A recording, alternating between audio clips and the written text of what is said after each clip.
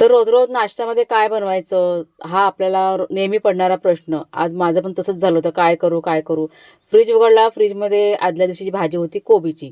सरळ घेतली परातीमध्ये आणि त्यात सर्व मसाले टाकले. गरम मसाला, तिखट मसाला, हळद, कोथिंबीर भरपूर, आलं, लसूण, पुदिना सुकलेला आणि भरपूर असे तीळ टाकले.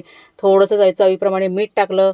सगळं चांगलं असं मिक्स करून घेतलं. चांगलं असं मॅशरने ना मॅश करून घेतलं आणि त्याच्यानंतर त्यात घातलं गव्हाचं पीठ. म्हणजे असं काही सुचलं नाही ना, की असे वेगवेगळे पदार्थ तयार करायचे छान बनतात. आणि पीठ गव्हाचं घालून झाल्यानंतर छान असं मळून घेतलं. पाण्याचा वापर की नाही कमी केलेला आहे.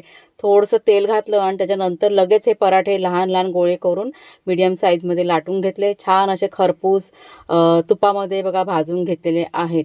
तर कोणाला जर का काही सुचत नसेल आणि आदल्या दिवशीचं काही उरलेलं असेल, तर अशा पद्धतीने पराठे तुम्ही करून बघा.